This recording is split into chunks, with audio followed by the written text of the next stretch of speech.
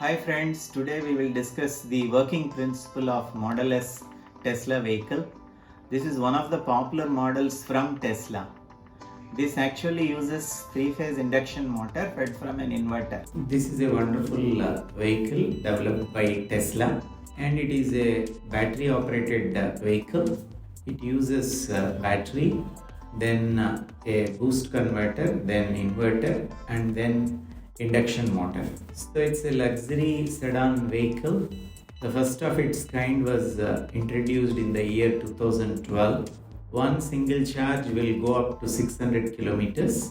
It uses a gear ratio of 9.7:1. Approximately, the motor speed is reduced with divide by 10 factor. The motor is 615 kilowatts. It develops a torque of 1300 Newton meter. The cost is around 70 lakhs. It uses a three-phase inverter to control the induction motor. It has three legs which feeds the induction motor load. Upper switches are 135, lower switches are 246. For forward motoring operation, the sequence 1, 2, 3, 2, 3, 4, 3, 4, 5, 4, 5, 6 and so on. For reverse operation, it is the other way, 5, 6, 1, 4, 5, 6, 3, 4, 5, etc.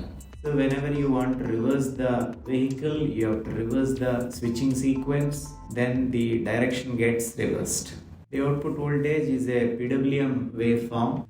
You and I will not like if a single big fish is given or a single hen is given. We want fish chops or chicken chops. Similarly, the motor is happy if train of pulses are given in each half cycle. So this uses induction motor, which is a old motor. Old is gold. Induction motor is rugged and robust. So the working principle, it works on cat and rat race. So the rat is rotating magnetic field and the cat is rotor. So if you assume that cat is running at a speed less than that of rat, the race continues. Suppose if the cat accelerates, it eats rat and the race will not exist. So if you want the race to continue, cat should run at a speed less than the rat. So it uses frequency control. In V by F control, the ratio V by F is constant, that represents the flux. We should not keep voltage constant and reduce the flux. Flux will increase. So if voltage is kept constant and frequency is reduced, flux will increase and the machine may go to saturation. So the machine should not operate in saturation region.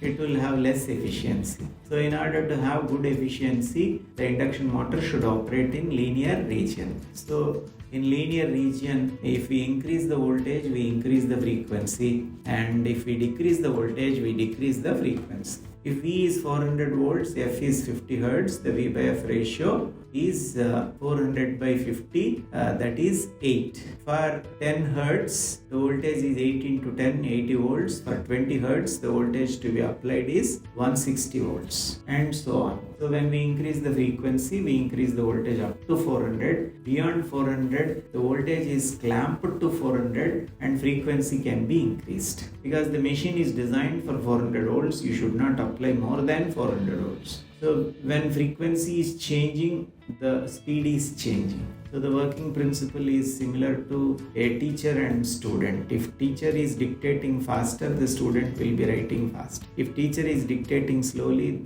the student will be writing slowly. If I give low frequency supply to the motor, it runs at low speed. If I give high frequency supply to the motor, it runs at high speed.